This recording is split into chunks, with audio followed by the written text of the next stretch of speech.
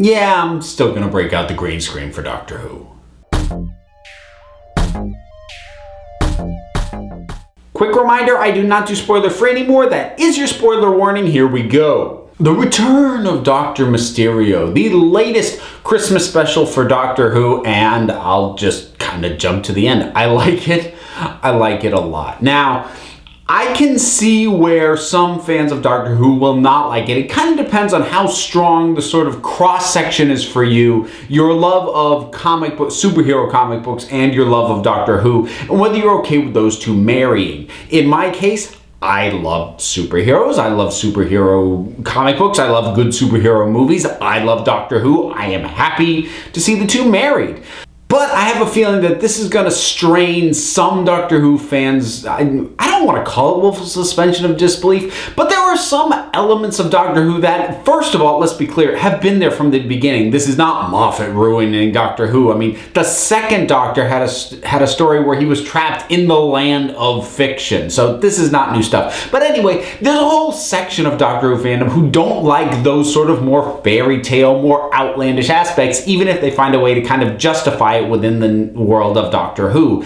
But me, I've never had that problem. I like the more whimsical episodes, by and large. I mean, they can still go off the rails. This one does not. I think this is a terrific marriage of a very golden age feeling for superheroes. And if you know your comic books, I'm talking about like classic Superman. I'm talking 40s, like 60s at the most current. So this is classic take on Superman, right down to the glasses. And I think it's terrific. I think Justin Chadwick is, he's a guy who, he's been stuck in lousy movies. He's actually kind of still been paying career-wise for the fact that he starred in Dragon Ball Evolution. And I mean, he wasn't good in that, but nobody was. But he's got a good presence and he's a good fit for this kind of part. I didn't look up the actress's name and I feel bad now, but the girl who plays Lucy, I like her a lot too. I like how smart she is, how whip smart she is. And I even like the squeezy toy, as ridiculous as that was. I thought that was great, but I like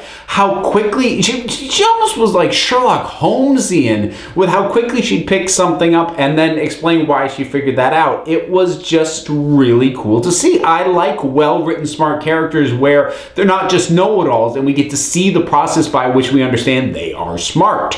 Surprise! I really liked Matt Lucas as Nigel. I thought he was terrific.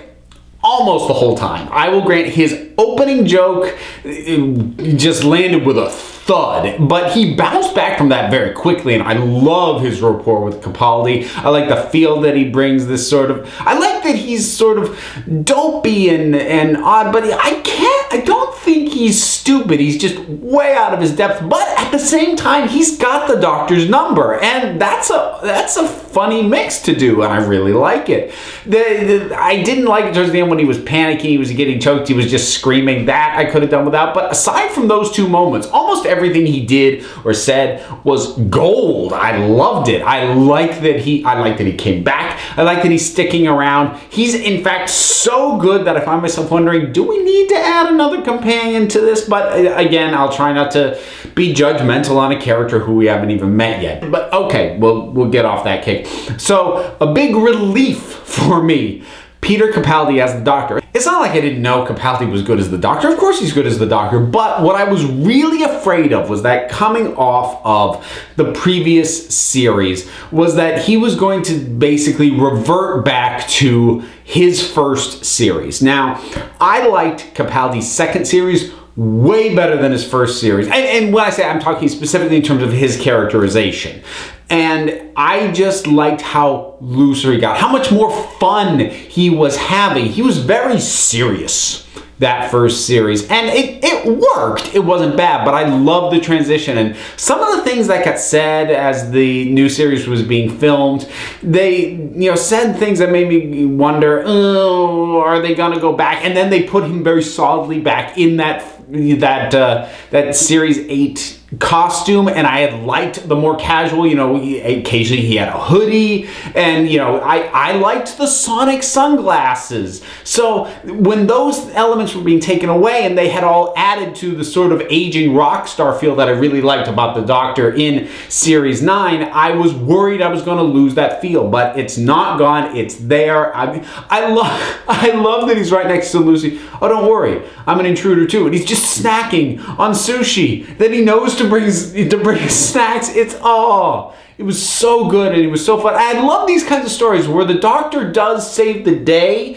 but not alone. He's not the sole one manipulating everything. I mean, the world would have been lost without him, but the world also would have been lost without Grant as the ghost. So I like that balance as well when they get it right, and I think this one gets it right really well. I suppose if there's a weak element in it, the villains are kind of generic. I mean, the idea of the brains coming in, it's an okay idea. I don't know if that little cliffhanger at the end, you know, it's like, ooh, one of them is, I don't know if that'll actually be a thing or not. I'd be open to it. We'll see. And the surgeons were generic as heck. I mean, Doctor Who can make the sort of faceless minion thing work really well. I mean, obviously, you know, the empty child was amazing, but the surgeons, they're just like, okay, whatever. But that said, their scheme and what they were planning to do was a pretty good. I mean, the Doctor himself said that's a really good plan, and it was a pretty cool plan. But, you know,